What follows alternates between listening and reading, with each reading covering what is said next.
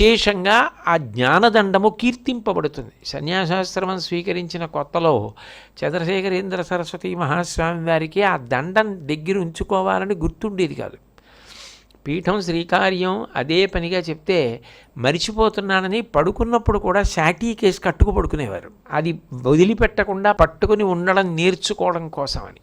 అంటే ఆ జ్ఞానదండ ధారణం అన్నది అంత శక్తివంతమైనది అని. అది మహాతపస్సులైనటువంటి వారికి ఆ జ్ఞానదండము చేత ప్రకృతిని కూడా శాసిస్తారు.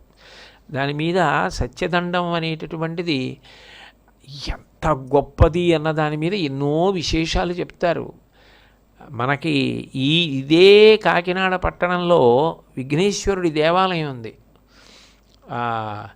జయేంద్రనగర్ అంటారే, అక్కడ వాళ్ళు మొట్టమొదట కృష్ణ దేవాలయం నిర్మించాలని అనుకున్నారట. మహాస్వామి వారిని వెళ్ళి అడిగితే ఆయన కాంచీపురంలో ఉండి కళ్ళు మూసుకుని చూసి రాదు, విఘ్నేశ్వరుడి గుడి వస్తుందన్నారు. ఆ తర్వాత వాళ్ళు చాలా కాలం అక్కడ కృష్ణ దేవాలయం నిర్మించాలని ప్రయత్నం చేశారట.